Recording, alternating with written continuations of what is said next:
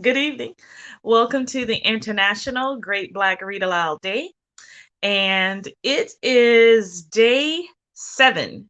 We're on day 7 of the International Great Black Read Aloud, and it's Thriller Day.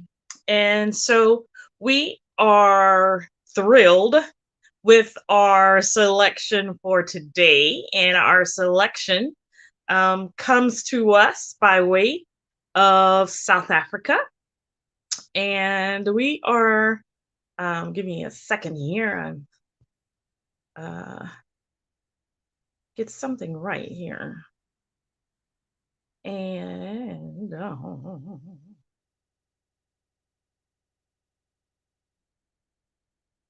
okay. All right. And today is Thriller Day. And our selection for today comes to us by way of South Africa. But before we get to that, I would like to remind you of a couple of things. And that is we read here at the International Great Black Read Aloud Day for purposes of education and literacy.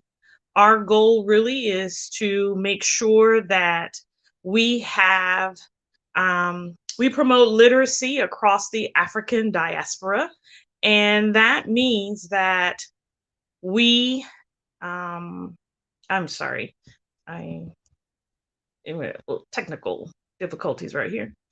That means that we um, read from genres all across the literary spectrum. And we are giving voice to words written by Black people all around the world.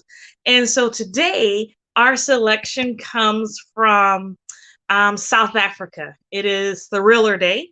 And our selection is Black Widow Society by Angela Makholwa. Okay. Um, and so this is a thriller, and I tell you, it is a must read. And so it is Black Widow Society, and we always like to show you the cover. I want to make sure that you can see that. And we are reading from the selection called Surprise Elimination. Okay. The Black Widow Society, or BWS, as its members refer to it, met once every year to welcome the newly widowed and to offer them a sense of support and camaraderie. The meeting also served as a platform to provide feedback on the organization's finances and to address members' concerns. Most importantly, the meeting was a reminder that whoever joined this organization was forever bound to its codes. There was no way out. All of the BWS's business was conducted with the utmost discretion. Members were not to socialize with each other outside the confines of the society unless they were already well acquainted with each other. Even in such instances, contact was to be kept to an absolute minimum. The date for the annual general meeting, AGM, was only announced once in the boardroom, and no one had ever breached attendance in the 15 years since the society was formally established. No further communication with members took place unless absolutely necessary. The members all arrived on time at exactly 6 p.m. as they did every year. This year, however, one person was not present at the set time. Nico Susanna Kumalo, the financial head of the society. She had left an important file in her office and had had to turn back as it contained crucial information that she was supposed to share with members of the society. The BWS had recently started a fund for the Young Women's Academy. This was the BWS's philanthropic program aimed at producing a new breed of woman who would be given the type of education that would empower her to avoid the kind of decisions that had led most of the Black widows to their ill-fated marriages and partnerships. The program was a brainchild of Tallulah, the matriarch of the BWS. It was important that Nko Susanna gave a detailed account of this fund as the BWS planned to launch the academy within the next 3 years. For this reason, she had had to turn back to her office to retrieve the file, although she dreaded Tallulah's reaction to her tardiness. Meanwhile, the group, made up of wealthy women from very varying professions, quietly made its way to the boardroom, which was situated in the basement of the imposing Kululaka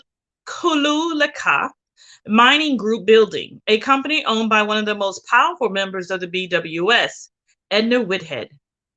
The room was cleverly concealed behind a smaller space that was used to store the company's old files. A respectful silence swallowed the stylish boardroom as members of the Black Widow Society awaited the entrance of their grand dame, Tallulah. Some of the women gathered here were new initiates. The fresh scent of their husband's blood still lingered on their flesh, a memory that stained some whilst it purified others. The Madame herself was an old hand at this game. Indeed, she was the godmother of this sect, and equal to any Italian-style mafioso, both in the economic power she wielded, as well as the political power she breathed through her every pore, at least amongst this group of women that had chosen to run with the wolves. An aura of dangerous allure defined her every move as she made her way towards the gold-plated chair at the head of the U-shaped table, a throne fit for a queen.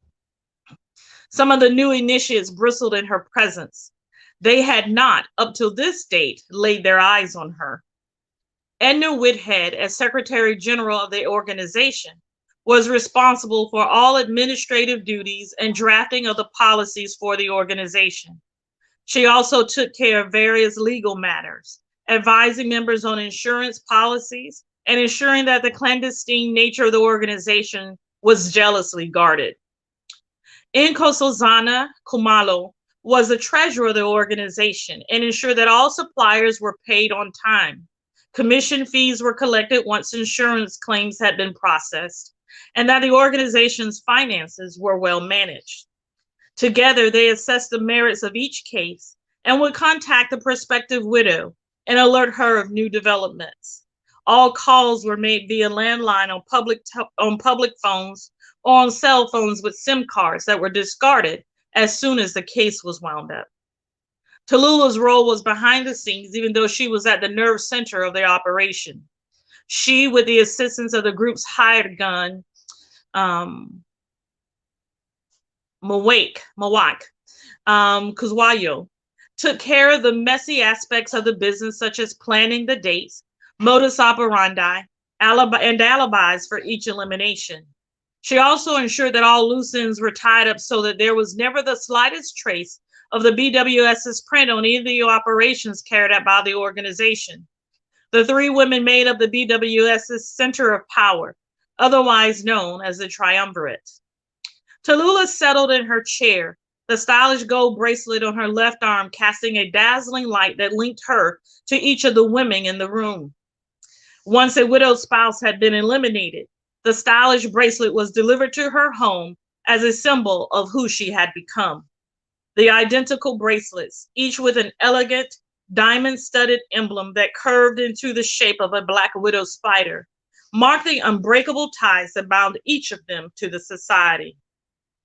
In the name of the goddess of the sun, the giver of life and the nurturer of all that is sacred, I greet you, sisters, to this, our first and last meeting of the year. I see that today we have many newcomers to this club, something which saddens me profoundly, proclaimed Tallulah in her most theatrical tone. Tallulah gave much reverence to these meetings. Many of the women in this room had come to the society broken, weak, vulnerable, and without confidence. Today, some of these whom she had met years ago were now strong, solid, and in control of their destinies. Sister, she said, as much as I bemoan the escalating numbers of our kind, a part of me applauds the fierceness and sheer willpower that has brought all of you Earth mothers to this room. For many years, others like us endured pain, trauma, and torture at the hands of unappreciative dogs who badgered and bludgeoned us, pelted us with vitriolic words and violent beatings until one day we finally stopped and listened. We listened to what our souls told us. Yes, yes, We listened to what our souls told us. A warm murmur of approval reverberated throughout the room like a pride of lionesses acquiescing to a hunt. Be not proud of your actions, sisters, because the aim is not to turn this into a sprawling society. We are here purely because of the ties that bind us. We have a moral duty to ourselves and each other to protect what we've lost. That innocence we recognize whenever we glimpse those who have not had to endure our baptism of fire, she continued. We must guard this jealously, that which links us together. And yet when we meet another in the same situation we come from, it is again our moral duty to be a rock for that sister. Be therefore a sister who bears that dark, sad, and haunted look that you used to wear. When you're out taking a walk or in a boardroom meeting, be aware of that woman whose smile does not reach the eyes, whose burst lip and clumsy explanation of countless accidents ring untrue. You remember those excuses. They sound just like you before you found your anchor. Tallulah's hypnotic voice was abruptly cut by the dramatic entrance of a highly agitated Nkosazana Kumalo. Nkosazana, how dare you disrespect us with your tardiness? Since when does a member of the BWS arrive this late for a meeting? Nkosazana appeared shaken and deeply distressed. I'm sorry, Tallulah, but something has happened that needs your and Edna's urgent attention. What could possibly warrant such uncivilized behavior, Nkosazana? Asked Tallulah, folding her arms sternly. Look, I need to speak to the two of you in private. If it concerns the BWS, then you must share it with all of us, said Thindeli Choke, a tough psychologist whose husband was eliminated 5 years ago after his penchant for high-class prostitutes nearly drove them to bankruptcy. Nkosazana shook her head. Please, Fendi, I need to confer with Tallulah and Edna urgently. Then we will inform you of the developments in due course. One of the more vocal members of the society butted in. We've always kept the meetings to an hour. I have pressing business to attend to. Is this not something you could discuss after the meeting? Tallulah looked at Nkosazana's expression and knew instinctively that this was something that needed to be dealt with urgently. Please, ladies, just grant us a minute.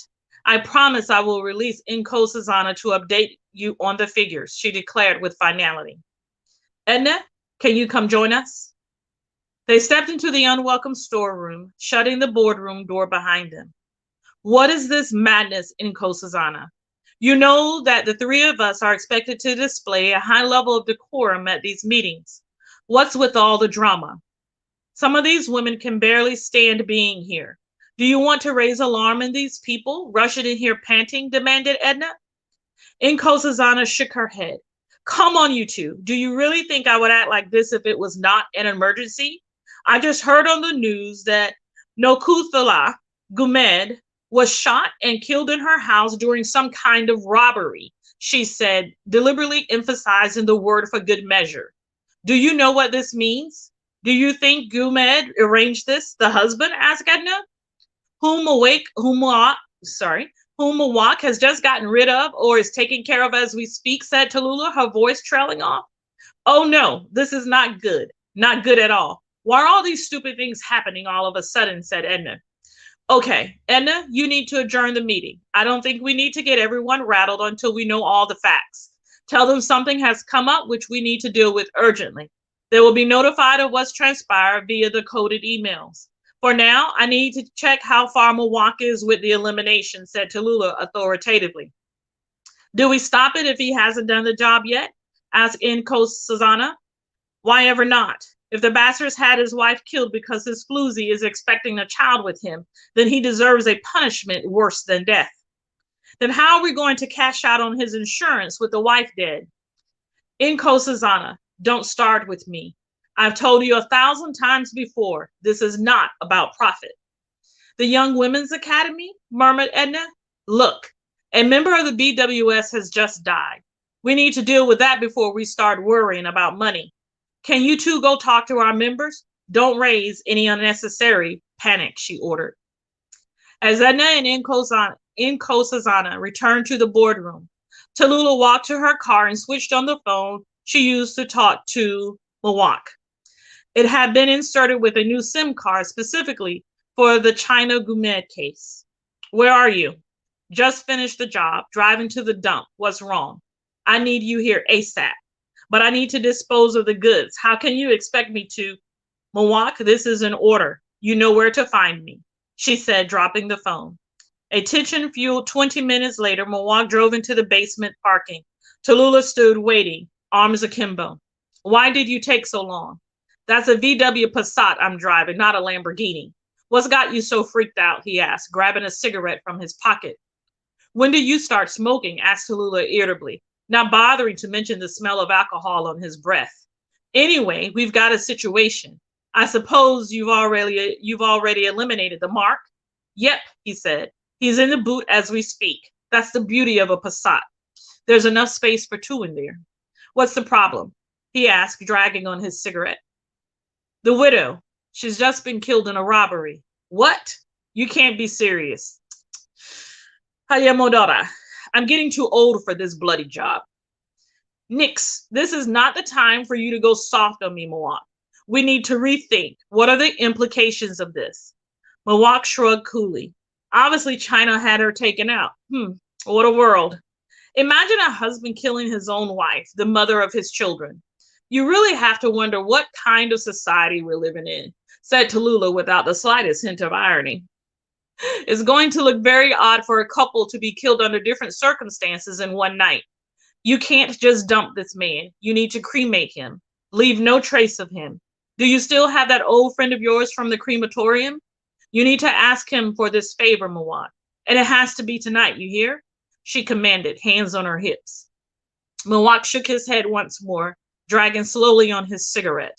This woman, whom he had once been so fond of, had trusted with his life, had even felt sorry for. Who had she become? What had she become? Are you with me, Mawak? She asked aggressively. The BWS leaves nothing to chance. It has to be tonight. And you better make sure his car turns to ashes as well. Tonight. Not any other day. Speak to Sam Pinnier. Just get it done. We can't afford any loose ends. Sure, Tallulah, whatever you say, he said before driving off in the Passat. He was definitely getting too old for this business. Our selection today for Thriller Day, which is day 7, our selection is Black Widow Society. And I tell you, it is a great read. And you will not be, in my opinion, disappointed by adding this thriller from South African author Angela Makholwa to your library. You really want to keep turning the page to find out what happens next. Trust me, you will like it. We want to remind you of what's going on here at the International Great Black Read Aloud Day. I guess I forgot to tell you, my name is LD Robinson, and I am the founder of the International Great Black Read Aloud. And we want you to follow us online at Black Read Aloud on social media.